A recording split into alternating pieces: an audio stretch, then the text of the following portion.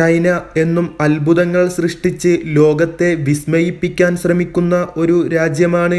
ചൈനയിലെ ലോകത്തിലെ ഏറ്റവും വലിയ ഒരു പാലത്തെക്കുറിച്ചാണ് ഇന്നത്തെ വീഡിയോയിലൂടെ നമ്മൾ സംസാരിക്കാൻ പോകുന്നത്. ഇത്തരമൊരു പാലത്തെ സൃഷ്ടിച്ചെടുക്കാൻ വേണ്ടിയിട്ട് ചൈനയ്ക്ക് 3 വർഷം ആണ് ചിലവഴിക്കേണ്ടി വന്നത്. 3 വർഷത്തെ കഠിനാധ്വാനത്തിൻ്റെ ഫലമായിട്ടാണ് ലോകത്തിലെ ഏറ്റവും ഉയരം കൂടിയ പാലം ചൈന സൃഷ്ടിച്ചെടുത്തിട്ടുള്ളത്.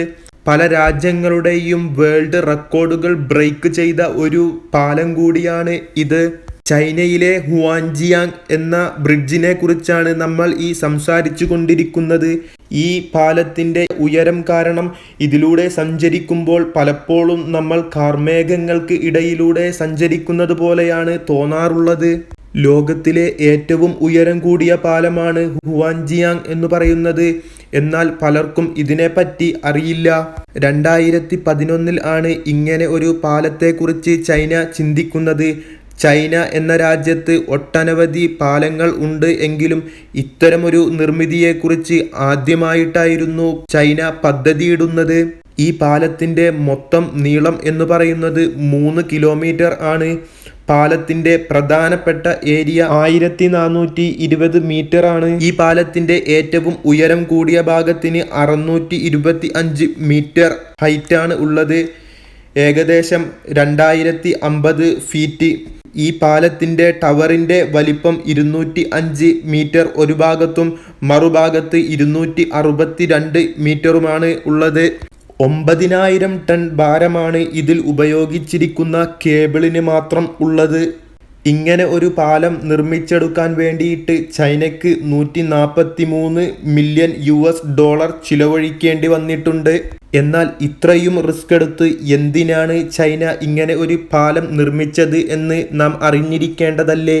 ചൈനയിൽ ഗുയ്ജാഹോ എന്ന് പറയുന്ന ഒരു സ്ഥലമുണ്ട്. വളരെ മനോഹരമായ ലാൻഡ്സ്കേപ്പാണ് ഈ സ്ഥലത്തിനുള്ളത്.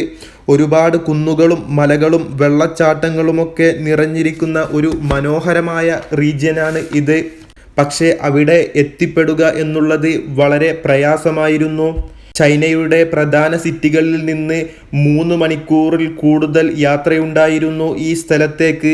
3 മണിക്കൂർ യാത്ര ചെയ്താൽ മാത്രം എത്തിപ്പെടാൻ കഴിയുന്ന ഈ സ്ഥലത്തേക്ക് ഈ പാലം നിർമ്മിക്കുന്നത് വഴി 5 മിനിറ്റ് കൊണ്ട് ആളുകൾക്ക് എത്തിപ്പെടാം എന്നതാണ് ഈ പാലത്തിൻ്റെ ഏറ്റവും വലിയ പ്രത്യേകത. ഇത് ചൈനയ്ക്ക് ഒരു വലിയ നേട്ടം തന്നെയല്ലേ.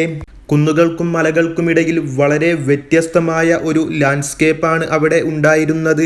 അതുകൊണ്ടുതന്നെ റോഡ് നിർമ്മിക്കുക എന്നുള്ളത് വളരെ വലിയ വെല്ലുവിളി നേരിടുന്ന ഒരു കാര്യമായിരുന്നു.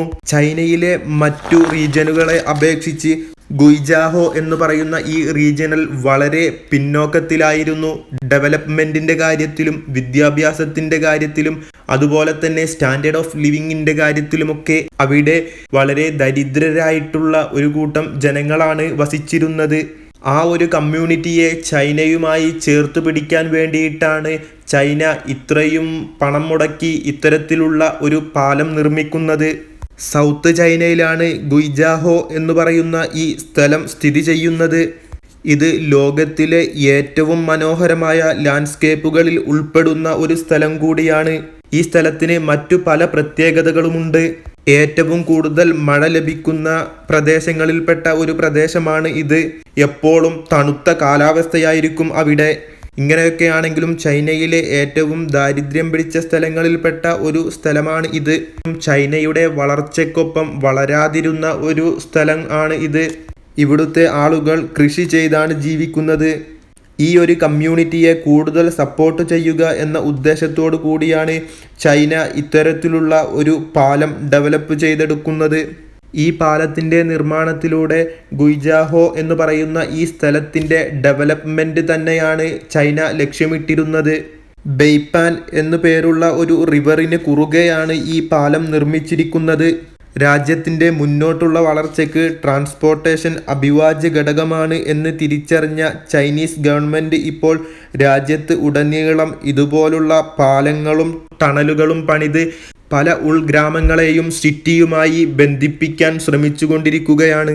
ഗുയ്ജാഹോ എന്ന സ്ഥലം ഇപ്പോൾ വളരെ പ്രശസ്തമായ ഒരു ടൂറിസ്റ്റ് ഏരിയയായി മാറിയിരിക്കുകയാണ്. ഇപ്പോൾ ചൈനയിലെ ടൂറിസത്തിന്റെ ഒരു പ്രധാന ഭാഗമായി കഴിഞ്ഞു ഈ സ്ഥലം. മുൻകാലങ്ങളെ അപേക്ഷിച്ച് ഗുയ്ജാഹോ എന്ന് പറയുന്ന ഈ സ്ഥലം ഇപ്പോൾ വളരെ അധികം പുരോഗതി കൈവരിച്ചു കൊണ്ടിരിക്കുകയാണ്. ഓരോ വർഷവും ഗുയ്ജാഹോ എന്ന ഈ റീജിയണലിന്റെ എക്കണോമി വളർന്നുകൊണ്ടിരിക്കുകയാണ്. ചൈനയുടെ ഇത്തരത്തിലുള്ള പദ്ധതികളെ കുറിച്ചുള്ള നിങ്ങളുടെ അഭിപ്രായം കമന്റ് ബോക്സിൽ രേഖപ്പെടുത്തുക. നിങ്ങൾക്ക് ഈ വീഡിയോ ഇഷ്ടമായിട്ടുണ്ടെങ്കിൽ ലൈക്ക് ചെയ്യുക. ഇത്തരത്തിലുള്ള ഇൻഫർമേറ്റീവായിട്ടുള്ള വീഡിയോകൾ ലഭിക്കാൻ വേണ്ടി ചാനൽ സബ്സ്ക്രൈബ് ചെയ്യുക.